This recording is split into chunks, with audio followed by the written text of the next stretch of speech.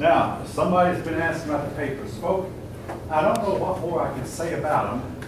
Oh, well, here's what I counted off points for. Somebody wrote out a number.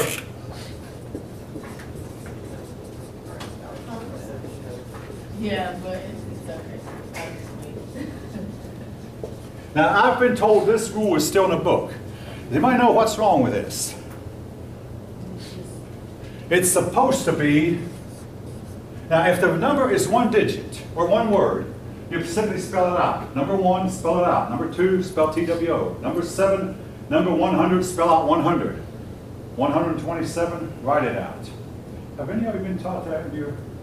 Yeah. A few of you nod your heads, yes. If it's one word, 1,000, spell it out. If it's 1,247, write it out in numerical fashion. That's it. I mean, now I'll take off a point for that, especially now that I've mentioned it in class.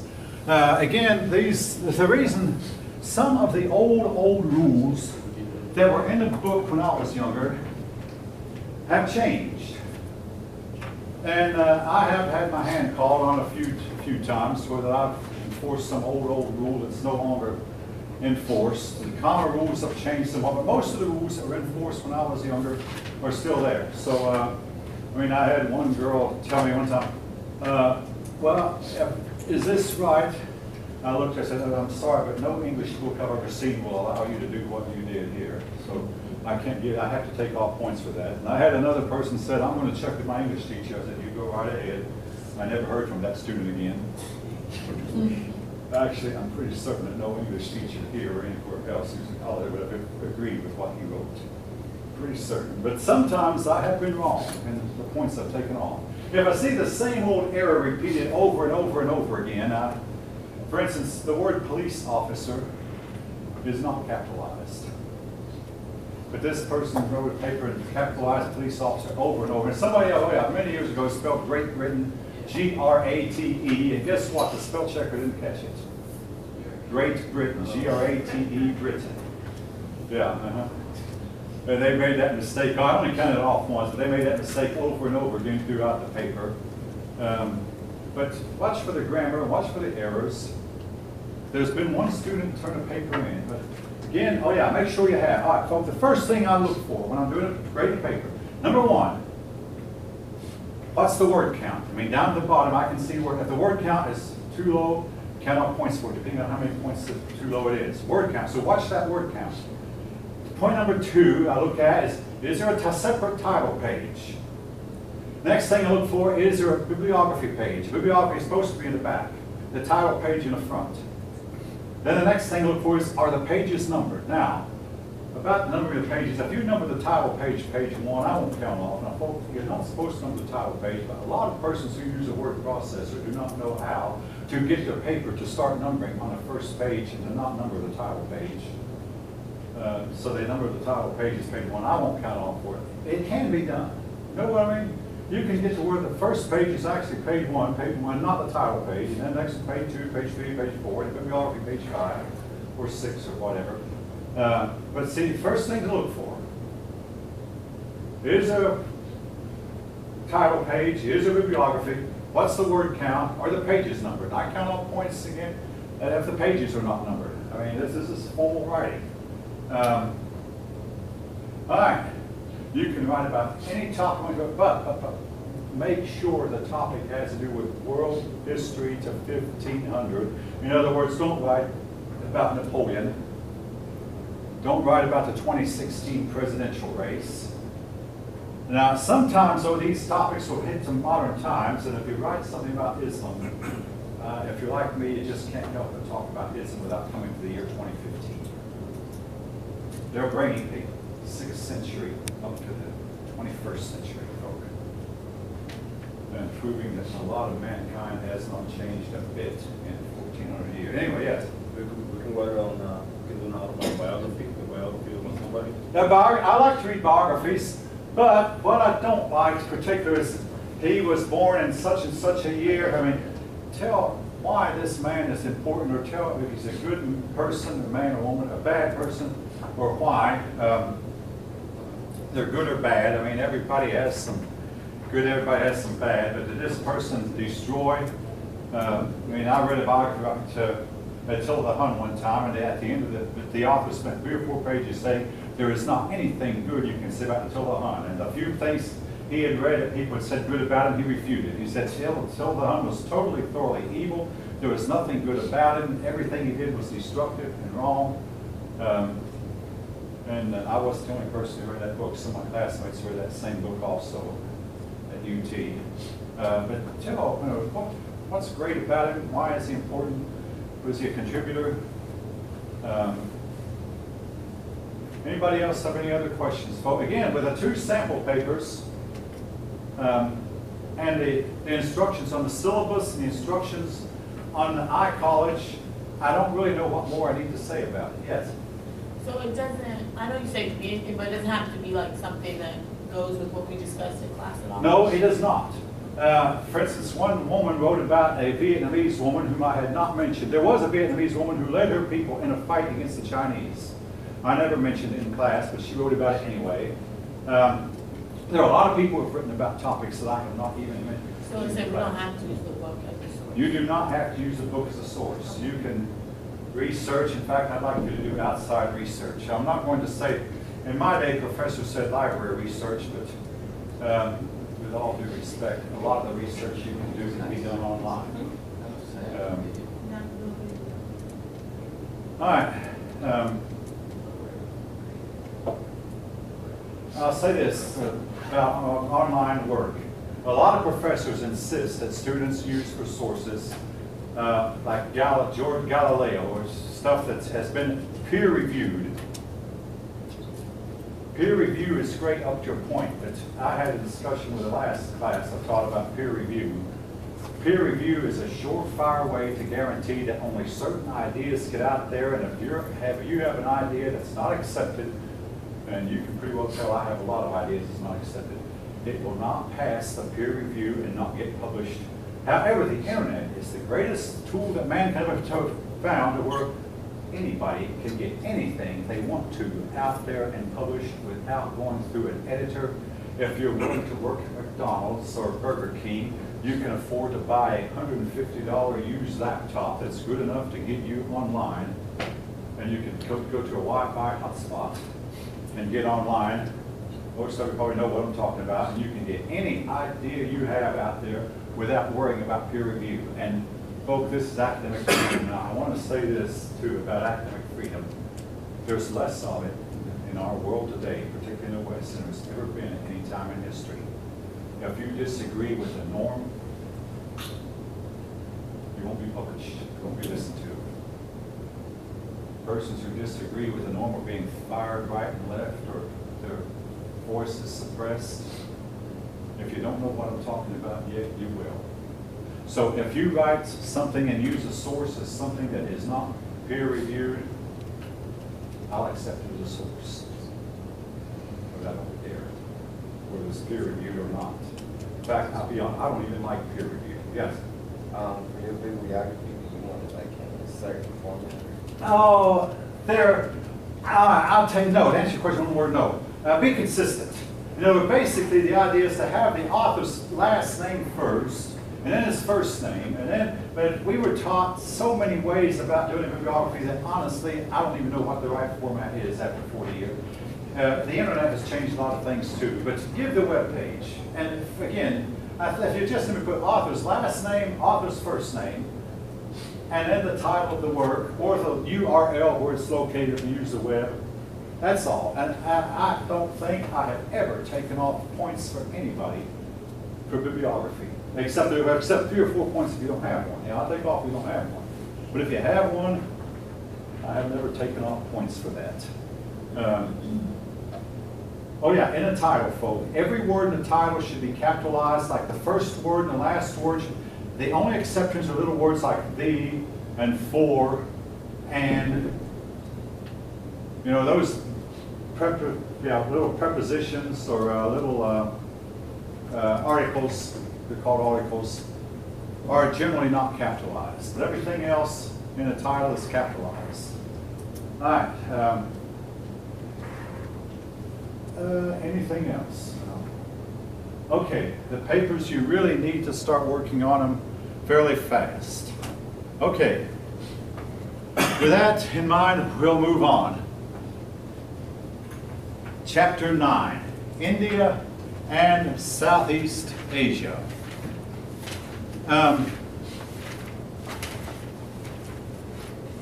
Your book opens the chapter with a little big net about how the dress style of India has not changed much until modern times. For generations, the people of India wore very loosely fitting clothing, and the reason for this was India has such a hot climate that the loosely fitting clothing would help them keep cool under India's hot conditions. And if you look at pictures of Mahatma Gandhi, he was still trying to get the Indian people to go back to that old way of dressing as recently as the 1930s and 1940s. Most Indians today dress in the same style as Western Europeans do. But for centuries, they dressed in the old European clothes that changed very little. All right. Now, your book starts naming a bunch of dynasties, and I will tell you this up front about the dynasties. They are important. And this school, beginning next year, is going to start offering, possibly next year, 300 and 400 level courses, advanced level courses in history, and one of them might be a history of India. And then if you take one, you'll have to learn the names of these dynasties. I'm not going to require it. Don't worry about the words Maurya, Mughal, the Kushan, the Gupta, the Chola. These dynasties are named in the book, not listed, but they are named in the book. Basically what happened was some of these dynasties took over more of India than others. Some of them took over less. They all came, appeared for a while, and then they faded, came, yes. So we don't have to know about any of the dynasties? Don't worry about the name, but the trend. Here's what I'm concerned about, is the trend. Essentially, here's one of the main trends of Indian history during this period we're talking about. India was never able to unite itself. They had a tradition of unity. Now, part of that, folk, might be, if you can believe that different ethnic groups have their own mindset, a lot of the people in India were of Indo-European, or basically were European, and Europeans generally have a mindset of, oh yes, we have a king, we honor the king, but the king is not very powerful. And in India they had the same tradition. They had a king, but the king is not very powerful. And again, coming from possibly the European ancestors, they did not tend to give their kings a whole lot of power, where the result was they wound up being plunged into centuries, many centuries of disunity. They were destined to not be united again until Great Britain came and conquered them in the 1700s. Now, I'm jumping around the story a little bit, but all of you, I think, know that Great Britain once had 13 colonies in North America that they lost. Yes, and Georgia was one of the 13 colonies. All of you probably heard that, and Great Britain lost. And so after Great Britain lost its 13 North American colonies, they then went to India and conquered India in a somewhat saved face. That's jumping around in the story a little bit, but your book does start to mention in this chapter that the Europeans posed the biggest threat India ever had as far as a threat to its sovereignty. And, but anyway, India was threatened constantly from outside, and in part because they could not unite themselves. Now, we'll move on.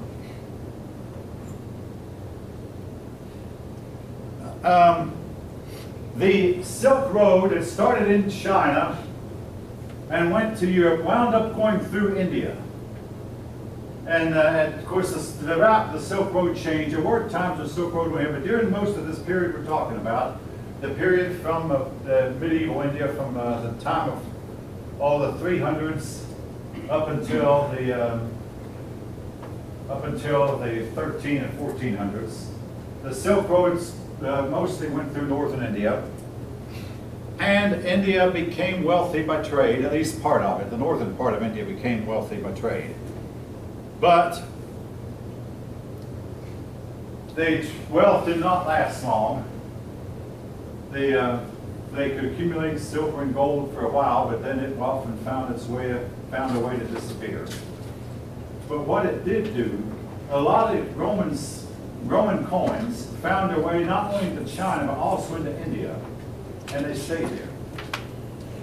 Why? Because the Indian people, the Indian people did not buy Roman goods. It's simple. Rome, one of the things that caused Rome to fall was it had an unfavorable balance of trade. They spent far more than they took in. Somehow Western Europe didn't have anything to offer that the people of the Far East wanted, or not much anyway, with the result that the Romans were spending all their gold and silver. And Western Europe was to be without gold and silver for hundreds of years until finally some Western Europeans, particularly the Spanish, came to the New World and stole a whole lot of gold, or actually conquered a whole lot of gold from the Incas and took it back into Europe and enriched Europeans once again. You might think this was wrong, but here's another take on that. Conquest, I want to remind you, was once looked on as being a virtue, and stealing things from people who were weaker than you was once considered the right thing to do. And mankind has not changed. I mean, the United States is wealthy, and if you think that we don't have enemies who would come right in and take everything we have, it doesn't matter whether it's morally right or wrong or not. It's just, it happens. If we continue on the way we are, I believe it's going to happen to us. So never mind the rightness or wrongness of it. It's just the way human beings have always conducted themselves toward each other, and maybe will for a long time. Not always, perhaps, but will for a long time. All right. Now, along about the 1100s, well, yeah, the 1000s, probably the 1000s, while India was in a state of disunity and weakness, up came Islam. Islam, of course, started out in Arabia. They found Persia weakened because of its long wars with the Byzantine Empire, so they conquered Persia. And then they started to conquer India. Islam made fast inroads into India. There were several reasons for this. One reason was that people of India were using elephants to fight with. Islam was using horses. Well, number one, I mean, I can't imagine fighting from the back of an elephant, because if you fall off the back of an elephant, it's almost certain death. Fall off the back of a horse, you might have a chance to survive. But the other is, the horse is much faster and more mobile. And if an army of horsemen meets an army of elephant men, if the horsemen don't want to fight, they can just run off. The elephants can't catch them. But if the horsemen decide they're going to fight, the men on the elephants cannot run off. So there's a big advantage to being faster in war. You can decide whether to make war or whether not to.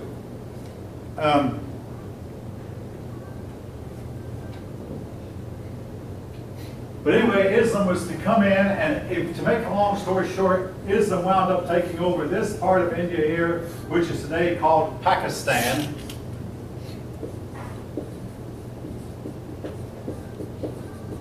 And they took over the northeast corner of India, right here, this region, which is today called Bangladesh.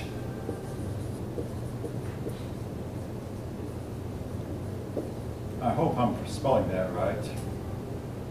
Anyway, when Great Britain gave India their independence, they called this area West Pakistan and this East Pakistan. But the East Pakistanis broke away and formed their own country, and that country is called Bangladesh. The other one is simply called Pakistan. The two Pakistans were about 1,000 miles apart.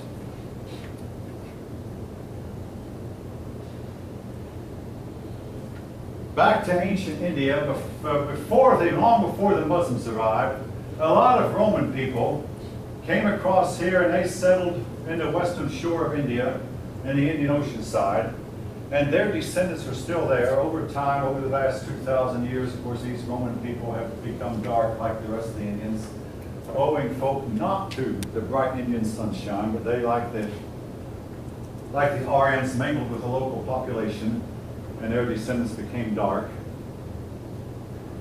I've got to digress here. I'm amazed at how many college students do not know that acquired characteristics cannot be inherited.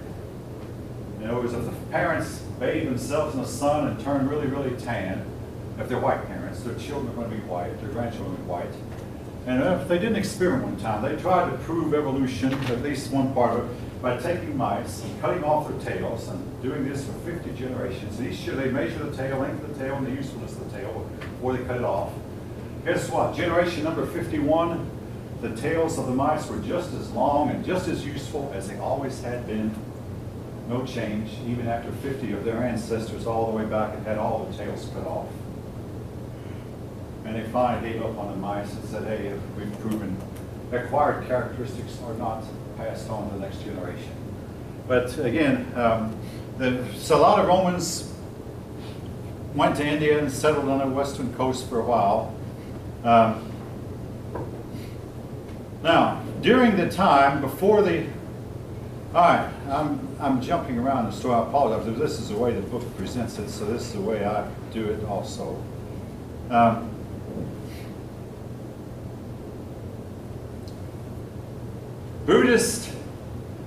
The Buddhist movement became very, very strong during the earlier part of this part of history, and they built some really magnificent monasteries, and these monasteries became elaborately decorated, very similar to the way that was going on in the churches in medieval Europe.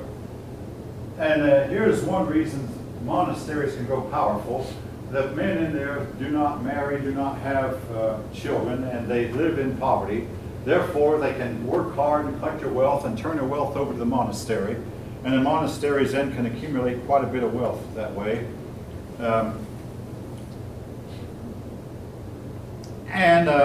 Buddhism started to make a big headway in India that actually threatened Hinduism for a time.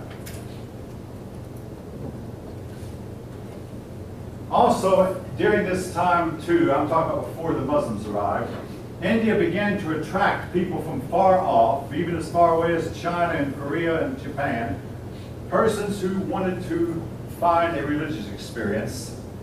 And I can tell you personally, a lot of the young men and women of my generation wanted to go to India for the same reason, to learn transcendental meditation, to learn yoga, to learn Eastern religions, particularly India, to learn Hinduism or maybe Buddhism.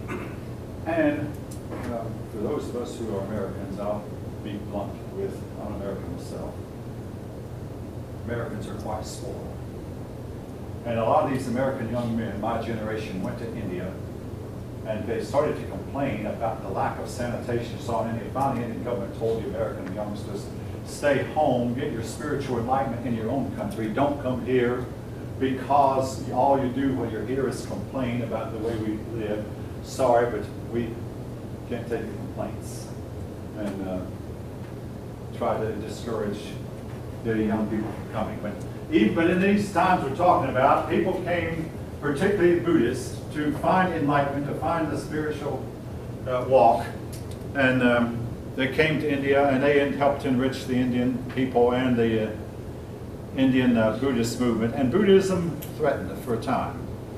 Now, I want to introduce you to a word we're going to run into. This word is used primarily in connection with medieval European history, but it also applied a little bit to India to a less degree than it did to Europe, and it also applied at times to Japan. Basically, the word feudalism means you have a weak king. Not that he means to be weak, but it's simply he's not respected that much. The real power lies in the hands of the nobles. Like in the case of Europe, you had the king, and then you had the dukes under him. Duke here, duke there. And under the dukes, you had the counts. Basically a hierarchy of authority, but the difference is the dukes are, for all practical purposes, independent of the king. Often the counts are, for all practical purposes, independent of the dukes. They give nominal lip service to being loyal to the duke, but in actual reality, they sometimes even fight with the dukes or fight with the duke's enemies in time of war, and the duke can do nothing about it. If we had the same feudal system here, I mean, the country would be ruled by the king in Washington, and then each state would be ruled by Duke Georgia, Duke Tennessee, Duke Florida, Duke Alabama, Duke Virginia, and et cetera, and et cetera. Then under each duke would be a county, Count DeKalb, Count Fulton, Count Gordon, Count Cobb, Count Paulding, these counties nearby. There's a Greene County nearby, Count Greene. Each county held by count. Then underneath the counts would be barons of various ranks and sheriffs called shire reeves.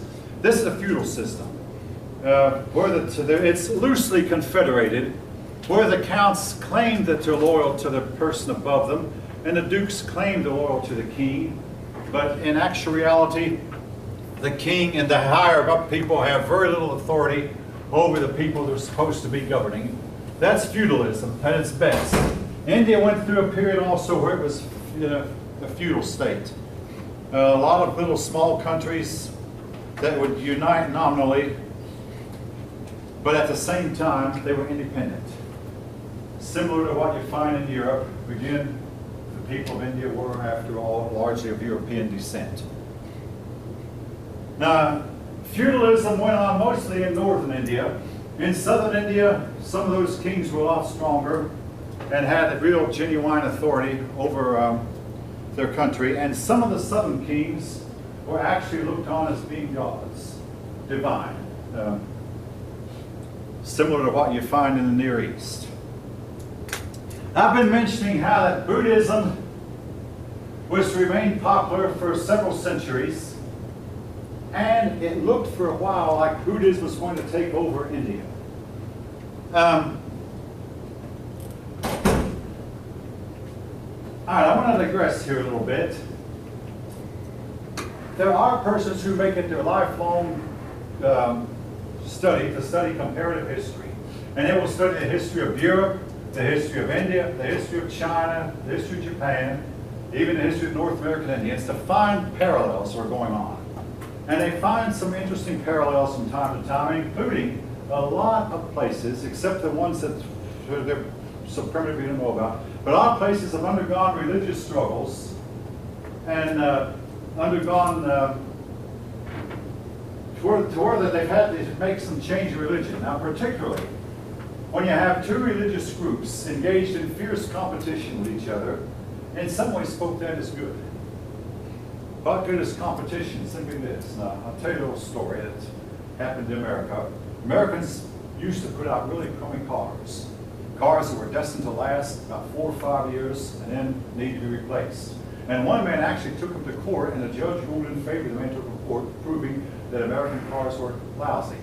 Then into America come the Japanese cars, the German cars, and they were so much better. Americans started buying foreign cars in droves. Americans got on the ball and said, well, we got to make cars as good as theirs. So today, if you buy an American car, it's probably going to be just as good as a Japanese car. Now, again, maybe I'm opinionated. If you don't agree with what I'm saying, the floor is open. You're welcome to speak up. The point I'm trying to make is competition forces you to either shape up or get out of business. Today, American cars have just as many complaints, or fewer complaints, if anything, than Japanese or German-made cars or Italian cars, because Americans are making better cars than they once did. Well, what's this have to do with religion? Simply this. A lot of times, religious competition will force each religious group to alter or change what they believe. A religious monopoly, folk, tends to guarantee that a religion will go astray. And it forces, well, after a while, you have to, give me your name. That's what I thought it was. All right. They force persons to shape up. All right, well, now back to India. They had a struggle with their theology. On the one hand, there was Buddhism. On the other hand, Hinduism. Now, in the case of Buddhism, as it got bigger and bigger, it started running into problems. For one thing, Buddha's sayings were not written down until 200 years after he died. How long is 200 years? Well, 200 years ago in our own country's history was 1815. James Monroe was president. Who remembers anybody who lived at that time? Nobody. Unless the person's alive at the time wrote something down and we have the copy of what they wrote, we don't have any idea what they said or what they thought.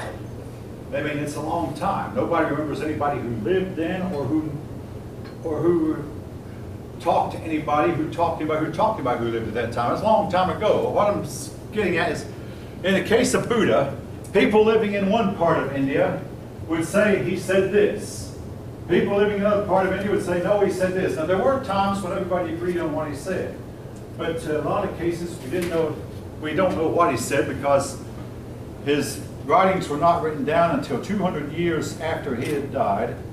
And things can get twisted up after a couple hundred years. Then, also, when Buddha was alive, he was at first regarded as a sage, which is another word for wise teacher. Then he became looked on, his belief was called a philosophy. Then he came to be looked on as a divinity. And his belief became a religion. And Buddha himself became something of a god. And that is strange because in both the case of Buddha and Confucius, we do not know if either one of them even believed there was a god. And yet, Buddha himself became a god many, many years, after a few centuries after he died, 7 or 8 centuries, he became a god. And now, something else we do know fairly well for certain that Buddha had taught. Buddha had taught that all of India's castes were equal. Well, this did not set well with the higher ups in India, the rulers. I mean, it set well with particularly the outcasts. Say, Buddha says that everybody is equal, but on the level of spiritually everybody's equal and nobody is better than others.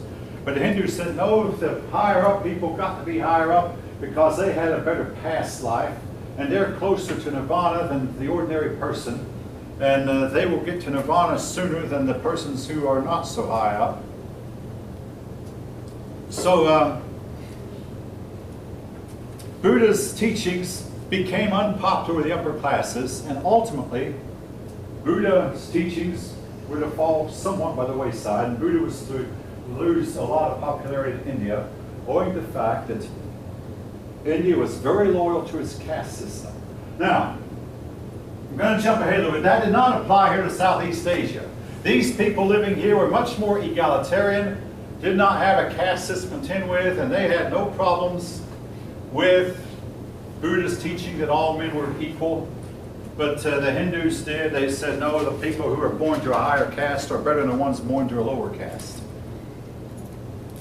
Now, again, persons who study comparative religions, and I have made some attempts to, but not on a level that others have, but this part of Buddhism reminds me of the story of Christianity, but Buddhism wound up splitting into, with one group, the purists, who tried to adhere to what did Buddha originally teach.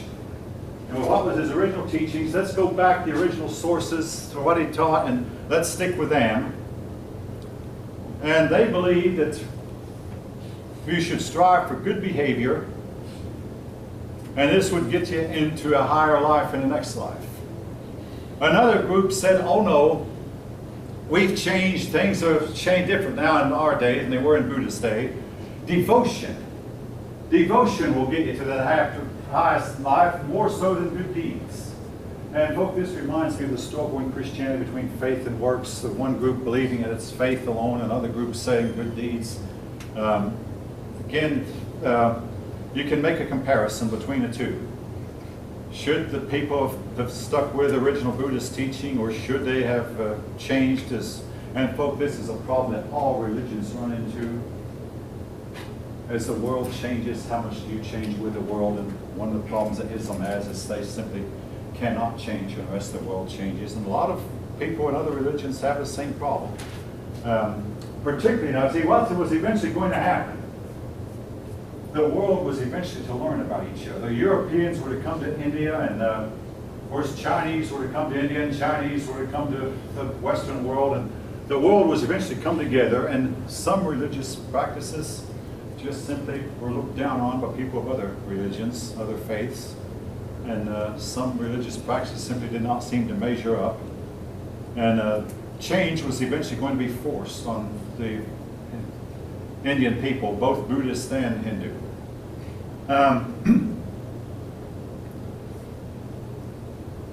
There was also a problem that a lot of the lower classes didn't have time to do all the rituals that Buddha demanded.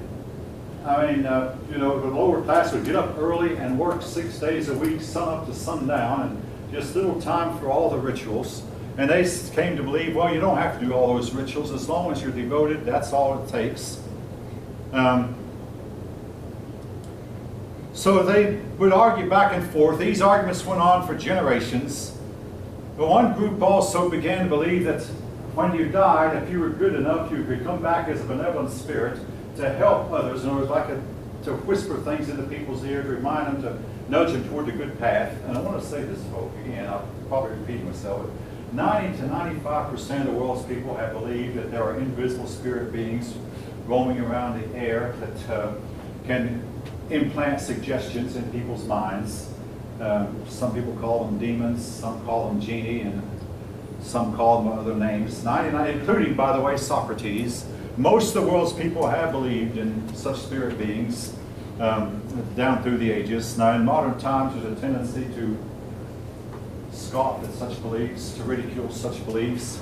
Each of you can make up your mind for yourself what you believe, but some Buddhists believe that some persons who had died could come back as spirit beings and whisper things into people's ears that would help them reach a higher state of nirvana sooner.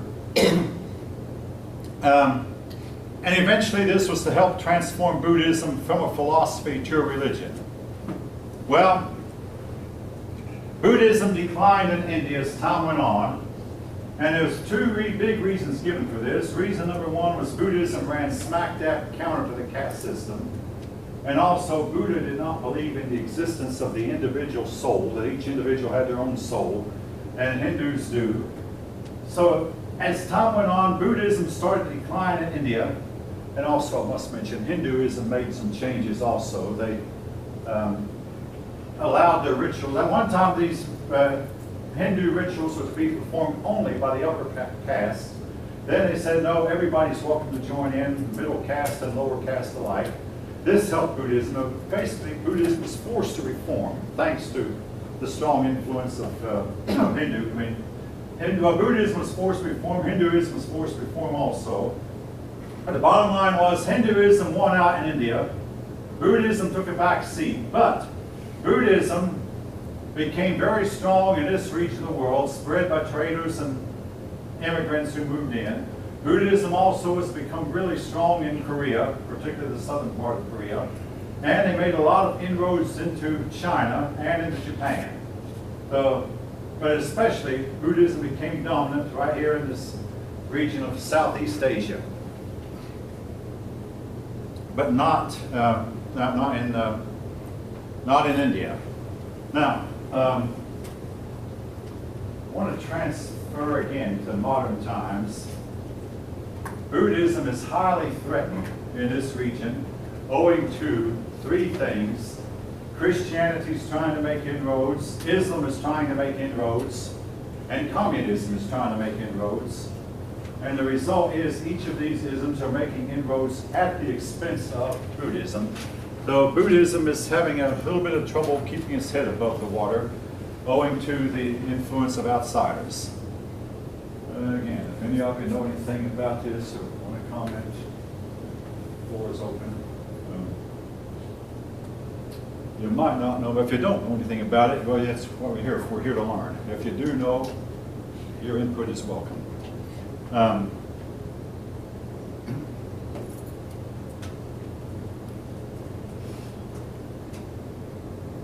Anyway, Buddhism did appeal to India's untouchables, but that appeal made them more alienated from the upper classes. So, again, India just had this tradition of caste system, hierarchical, some people higher and some people lower. And Buddhism ran counter to that. And in the long run, Buddhism took a back seat. Hinduism revived, partly because Buddhism forced Hinduism to make a few changes, particularly allowing all classes to participate in their rituals.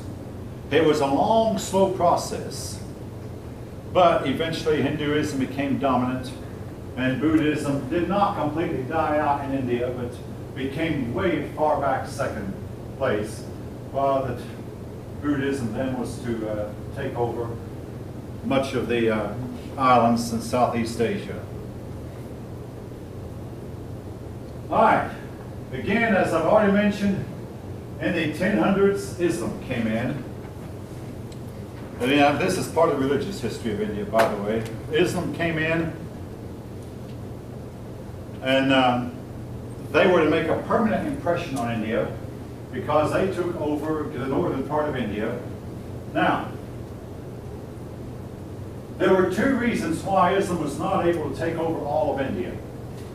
Reason number one was, and this is something I think personally, the Islamic warriors do not fight as well in an area where there's a lot of jungle, like undergrowth, trees, and bushes. This region of Pakistan doesn't have a whole lot of that. This region of Bangladesh doesn't have as much of that either. But India itself does have quite a few trees, quite a few impediments to the horses.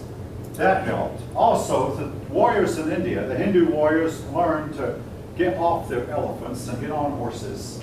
Put your elephants to pasture, you might say, and ride horses, because they learned a horse was a better weapon. That helped.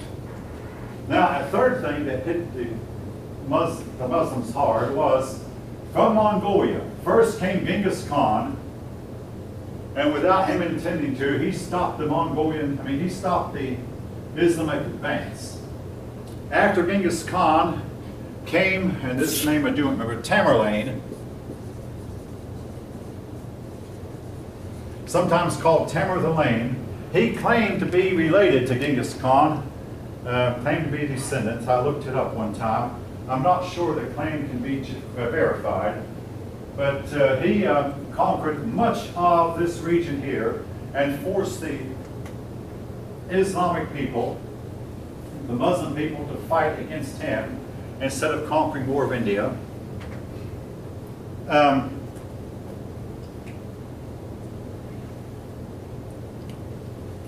eventually, the Muslim world was to spend so much of its time fighting among themselves they couldn't conquer anymore. Now the question arises, did Islam convert the people of Bangladesh and the people of Pakistan by force? Now, I've had pupils come to my class from India who insisted that the conversions were by fire and sword, that were forced. Your authors, of course this book was written before the rise of ISIS, but the authors tend to want to play down any reference to Muslims spreading by fire and sword. And they will tell you that a lot of the rulers, the Islamic rulers, were tolerant. And folks, this is true. Again, the answer depends on the time, the person, the situation. Some of the conversions apparently were by force, and some were not. A lot of Muslim rulers allowed the Hindu people to subsist in their own way and have their own. Yeah, you have a comment? Yeah, I'm actually from Bangladesh, but You're from where? Bangladesh. Okay. And as far as I know, it was actually by force. It was by force. That is what I've had other students from India tell me, Pakistan. I've had them tell me that. Your book, the authors try hard to play it down. And they have their reasons for it, I guess. But I'm hearing it from you. I've heard it from a lot of other students also, that a lot of the conversions were by force. But what proved to be a bigger threat to India than the Muslims, in 1498, folks, just 6 years after Columbus, came the first Portuguese ship, sailed with Vasco da Gama. And Vasco da Gama went all the way from Portugal, all the way around Africa. Someone had gotten to Africa, to Cape of Good Hope first. But then da Gama went all the way up to India. And by the time he got to India, his crew did not make much of an impression on the people of India. his ship was dirty and ragged. His crew was dirty and ragged and suffering from scurvy. Some of you might know scurvy is a disease you get when you don't get vitamin C. And a lot of the ship people who would just spend months out in the sea would come down with scurvy. His crew and ship did not impress, but nevertheless he was treated well, the Gama. He offloaded his goods and the money he had bought with him and loaded spices and brought the spices back to Portugal. And when the Europeans learned that it could be done, they began to go to India in droves. And the Europeans proved to be the biggest threat India ever faced. Not just that eventually a European country, Great Britain, conquered India, but also there were some other things. A lot of the things about Indian culture just simply did not measure up. Now, before I get to know what the Europeans did to India, I want to discuss a little bit about what the relationship was between Islam and India. Islam was a lot different from the Hinduism.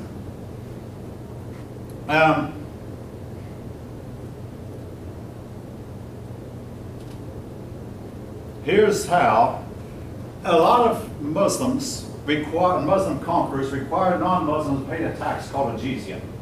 That word is J-I-Z-Y-A, and I'm going to write it, it's a foreign word. J-I-Z-Y-A.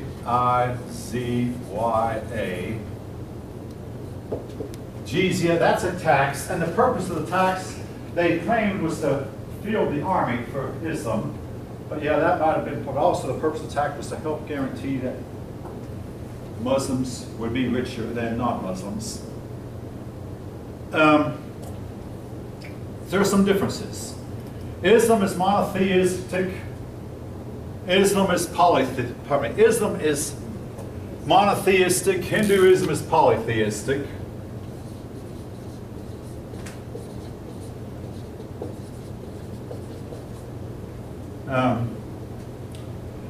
In the case of the Hindus, every family line has a god. Every village has its own god. They have many, many and numerous gods. Islam is egalitarian. Islam claims that everybody is equal. The rich are equal to the poor.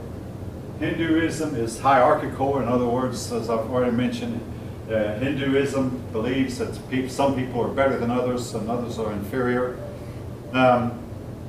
Hinduism had priests. Islam had none. Again, folks, the lack of priests, I say lack, I mean, it's not that Islam should have had priests. I mean, I'm not in any way implying that. But the fact that Islam didn't have priests brought them in conflict with the Africans who did believe in priests and with the people of India who also believed in priests. But Islam had no priest. Hinduism did. Another difference, Muslims eat beef. Hindus do not. Indian art, and again, folks, I mean, I've got to be kind of plain here, but the art of India oftentimes features very scantily or completely unscantily clothed women. And this was very scandalous to the Muslims who believed that a woman's body should be totally covered. So Indian art appeared to be immoral to Muslims who criticized the Muslims criticized the Hindus for their art that was often very displaying. So they had some things that were different. Now, on a personal note, when I was at Lockheed would often hire persons from these foreign countries to try to encourage them to buy our product. They wanted Pakistan to buy our airplanes, C-130. They wanted India to buy our airplanes. So one day, Lockheed hired, over a period of several months, hired a man from India and a man from Pakistan. The Indian man was Hindu, the Pakistani was Muslim, and Lockheed put him in the same department. And at first they didn't get along at all. But then both these men were working alone in a sea of Americans, and they realized they had more in common with each other than they did, and after a while they became hard and fast friends because they had to overlook their differences because they couldn't find any other close friendships in this country owing to the fact that the two of them were so much different from everybody else, and yet in more ways than one they were alike. So they forgot about their political and religious differences and became hard friends. The two groups borrowed from each other in some ways. India's idea of divine kingship from southern India That was appealing to a lot of Indian people. So a lot of Muslim rulers began to consider themselves divine. The Indians learned how to use horses in battle instead of elephants. Again, the two groups learned from each other. Muslim men would often keep their wives hidden away at home in seclusion, in other words. So a lot of Hindu men started doing the same thing, so they copied from each other. But there were some traits that Islam did not change in India. For instance, Muslim women at least are not required to burn themselves to death when their husband dies. Indian women did. The Muslims did not object to this practice, so when their husband died, a Hindu woman would throw herself on a big pile of burning brush and burn herself to death. This practice was not in any way altered by Islam. The practice of child marriages, again, that was not altered by Islam. I mean, Islam does some of that itself. I mean, at least some places and times they once did. So that did not bother the Hindus.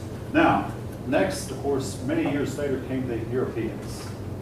And when Great Britain conquered India, the rest of the civilized world told the Indian people, you've got to get these women to stop throwing themselves on a fire when their husbands die. And you've got to convince the Indian people that they should not marry, the Indian men, they should not marry 9-year-old girls. And the result was Hinduism came into conflict with the rest of the world.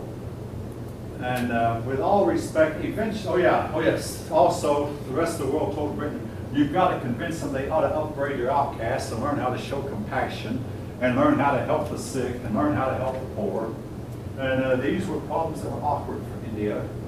And also, if you talk, I talked to a man from India when I was at Lockheed, and he insisted that when Britain conquered India, Great Britain sent the worst of its men to be rulers. I do know the name of one of the men they sent over, Lord Cornwallis. Anybody heard of Cornwallis? He was the general who surrendered at Yorktown, remembered by American history students as the general who surrendered at Yorktown and ended the Revolutionary War in our favor. When Cornwallis went back home, Great Britain sent him to India, and Cornwallis was not the most capable, competent man in the world, but any means. One reason, he lost at Yorktown, he overshot himself, went on a long chase after General Greene when he had no chance at all of catching General Greene, and finally realized his mistake. General Greene knew all the terrain and knew where to go and where the rivers and creeks were and where the hills were and how to outmaneuver him and how to get lost when he wanted to. And Cornwallis, all he did was just, basically, Cornwallis was not the most wise, most capable man that could be found. But India received from Britain some rulers that India, quite frankly, did not like. And there were a lot of clashes. But in the long run, India was to benefit. The caste system was undermined. The practice of child marriages, at least officially, was stopped. The practice of women burning themselves when a husband died, officially at least, was stopped. I'm not going to say it has not happened at all, but officially was stopped. And eventually, a lot of the practice that India had brought them into conflict with the rest of the world. They saw the wisdom in altering and changing. The two groups, the Hindus and the Muslims, were strongly suspicious of each other, and this continues to this day. India faces a constant threat of war with Pakistan. Both sides have developed a nuclear bomb, and the Hindus constantly accuse the Pakistanis of encouraging terrorism. And there have been terroristic attacks made against India, and I do not know of any Pakistani, of any Hindu attacks against Pakistan. I suppose there might have been, but the two sides are still highly suspicious of each other, and they're at what you might call a stalemate, where neither side can win. All right. So much for India. And we're still on the same chapter, and I'm fast running out of time. Southeast Asia. The book calls it the Golden Region. Southeast Asia consists of a lot of islands well, there's the two sides. There's the mainland here that consists of Vietnam and Myanmar, we once called Burma, today called Myanmar, Cambodia, Laos, and what used to be called Siam here. Then just off the coast there's these islands that today are called Indonesia, numerous islands, and then of course the Philippines. These people are a melting pot of sorts, somewhat like the United States in that they're very, very diverse, but unlike the United States, they never learned to unite, never learned to speak one language. They were finally united by outside influences. When the Spanish conquered the Philippines, the Spanish united this area. And when the Dutch came in and conquered what your map here calls the Dutch East Indies, the Dutch got this area united. But they were only united as a result of foreign influence. They did not easily unite, and in fact, no conqueror ever was able to conquer all of them. And folk, I even doubt that Genghis Khan or Napoleon or Julius Caesar or Alexander the Great could have conquered this region and united it, owing to the fact that even on the islands, there are tall, tall mountains, even there are tall, tall mountains, and the people have to move about by walking through the valleys or riding through the valleys because the mountains are tall. There's dense, dense jungles with its undergrowth. And then, weirdly enough, Islam wound up making headroads into here, but only in modern times. But anyway, this region has never been united, but people would move in for centuries, owing to the fact that there's plenty of water and the climate is very predictable.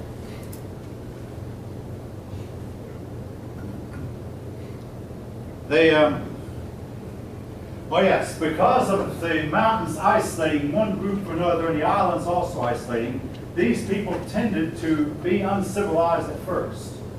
They would behave like typical uncivilized people. They would practice animism, nature worship. They would live in tribes, and the tribes would sometimes fight among themselves. And they would have a lot of shamans, shamanism, animism, the religion of primitive peoples. But people from India would come in ships and trade with them. And as a result, some people saw the superiority of living a civilized life, and more of them began to leave the jungle, move to the coast where the cities were, and become somewhat civilized. And when they did, they would adopt the religion of more civilized people. Now, folks, again, I forgot to tell you, there are some religions that seem to lend themselves towards sending people downhill, animism in particular, shamanism for another, two I can think of. And in general, religions like Buddhism and Hinduism are more religions of more advanced persons. Again, this just seems to be a historical fact. But some people, again, beginning to see the superiority of the Hindu way of life, began to adopt the religions of India, and eventually Buddhism became the main religion while Hinduism died out. The earliest immigration we know of probably came about around 2500 BCE, in other words, before the time of Hammurabi, during the time of the Sumerians, way back. We believe that some people drifted in, but nobody else seems to come in for another 1,000 years. Then around 1500 BCE, about the time that the Israelis were still enslaved in Egypt, many generations later, another wave came in. Then the immigrants began to arrive in waves, and this region became a region of diverse languages. And when you try to figure out where they came from with the language, you find this group speaking this language here, and over here is another group speaking a similar language. Their DNA is a hodgepodge mixture, like a soup mixture.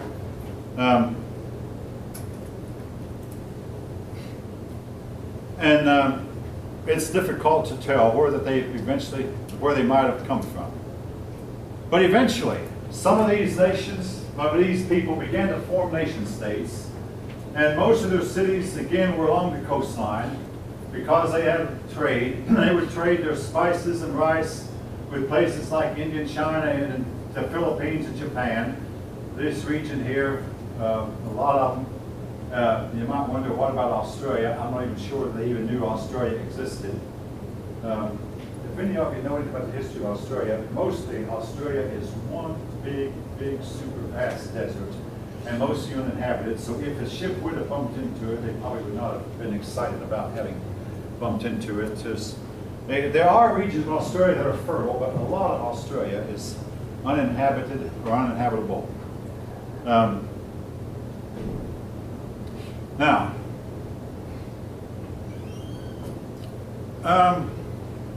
I can see I'm not going to finish. That's okay. I'll finish up next week.